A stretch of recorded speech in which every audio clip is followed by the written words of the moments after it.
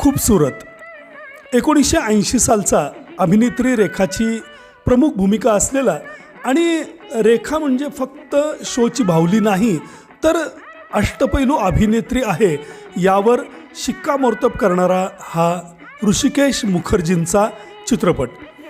खूबसूरतला या जानेवारीला 25 जानेवारीला 44 वर्ष पूर्ण झाली. अशोक कुमार, दीना पाठक, शशिकला, राकेश रोशन आणि आणखीन काही दिग्गज कलाकारांच्या साथीनं विनोदाच्या माध्यमातून जाणारा हा कौटुंबिक चित्रपट.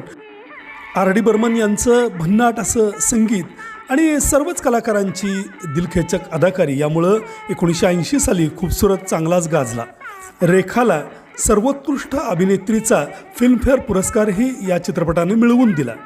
अशोक कुमार आणि रेखा यांच्या आवाजातली गाणीही यामध्ये ऐकायला मिळाली.